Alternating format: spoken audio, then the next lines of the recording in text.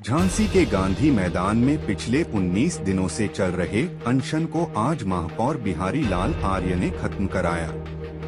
आपको बताते चलें कि एनजीटी के आदेश पर झांसी के डडियापुरा के लगभग 10,000 घरों को तोड़ने के लिए जेडीए के द्वारा फरमान जारी किया गया था, जिसके बाद डडियापुरा के लोग तमाम नेताओं की दहलीज पर पहुंचे, लेकिन कहीं से कुछ नहीं हुआ। इसके बाद स्थानीय लोग अनशन और 5 लोग आमरण अनशन पर बैठ गए, जिसको आज 18 दिन पूरे हो गए। उक्त मामले को लेकर महापौर बिहारी लाल आर्य मुख्यमंत्री योगी आदित्यनाथ से बातचीत करने पहुंचे, जिसके बाद मुख्यमंत्री के आश्वासन पर आज धरने को समाप्त कराया गया।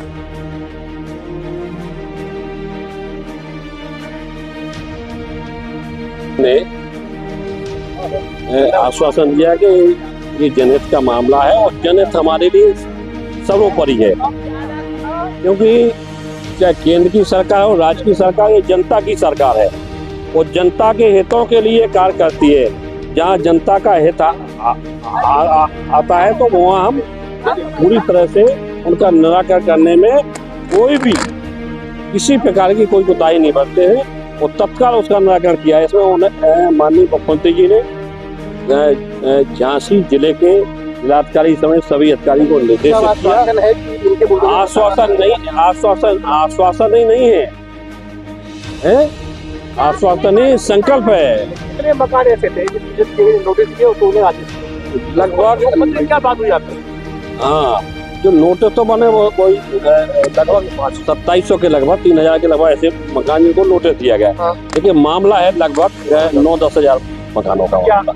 माने मामला यही है कि माने प्रखंडी पार पर वो मकान बने हुए हैं, लेकिन उसमें जनता की तो कोई गलती है नहीं भाई, उसमें तो झांसी विकास प्राधिकरण की गलती है। मुख्यमंत्री ने क्या आश्वासन दिया कि निजी आवास जो निजी भूमि थी उसको अधिग्रहण करना चाहिए, उनको किसानों को काश्तकारों को मुआवजा दे देना, मुआवजा दिया ना, रजिस्ट्री पे रोक लगाई, तो जनता की कहाँ गलती है।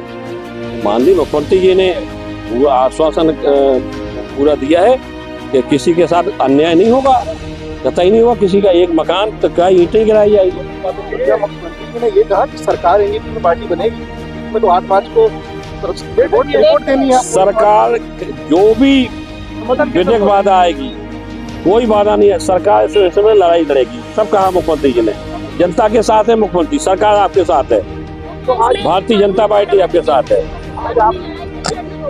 नहीं, अब 2031 मुआवजा स्वीकृत हो जाएगी, समस्या का समाधान हो जाएगा, मुख्यमंत्री जी ने कहा। अरे इसी माननीय मुख्यमंत्री जी ने पूरा आश्वस्त किया, आश्वासन नहीं दिया, आश्वस्त किया कि किसी भी एक व्यक्ति के साथ अन्याय नहीं होगा। झांसी के आम जनमानस की लड़ाई थी। 1 लाख से ज्यादा लोग इस समस्या से परेशान थे। झांसी विकास प्राधिकरण ने अगर किसी चीज को पार्क घोषित किया तो उसका 20 साल तक मुआवजा क्यों नहीं दिया? हाउस टैक्स लेते रहे, वाटर टैक्स लेते रहे, पैन कार्ड बना, आधार कार्ड बना, इलेक्ट्रिसिटी बिल लिया। ये अवैध कैसे होगा? ये वैध है, ये झांसी के मालिक है। हमारे महापौर जी आज मुख्यमंत्री जी से मिलके आए और हमें विश्वास है कि इन पर आगे कोई कार्रवाई नहीं होगी और इनसे कोई भी नया हाउस टैक्स नहीं लिया जाएगा। हाउस टैक्स जब लिया जाता जब इसको प्रखंडी मान के पहले इनको मुआवजा दिया होता। आज ये सारी जमीन आवासी है।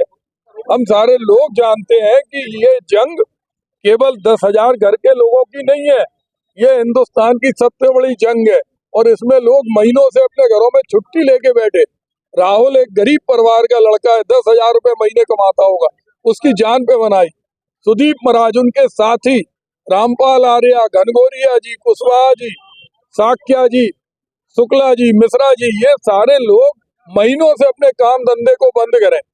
तो आज इनकी लड़ाई में इनको पूरा सफलता मिलना चाहिए। ये लोकसभा चुनाव के पहले होना चाहिए, ये ना हो कि चुनाव में ये केवल एक जुमला रहे और फिर बुलडोजर इनके ऊपर मर रहा है।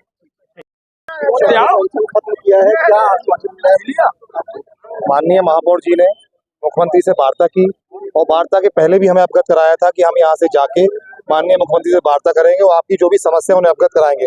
तो हमारी दीदी और महापौर जी मुख्यमंत्री जी के पास गए।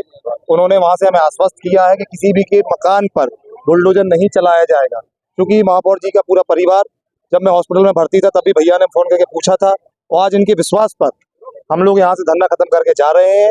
और हमें पूर्ण विश्वास है झांसी के जनप्रतिनिधियों पर, माननीय विधायक जी, माननीय महापौर जी, माननीय हमारी दीदी पर, कि पुनः झांसी विकास प्राधिकरण का बुलडोजर हमारे क्षेत्र में नहीं जाएगा।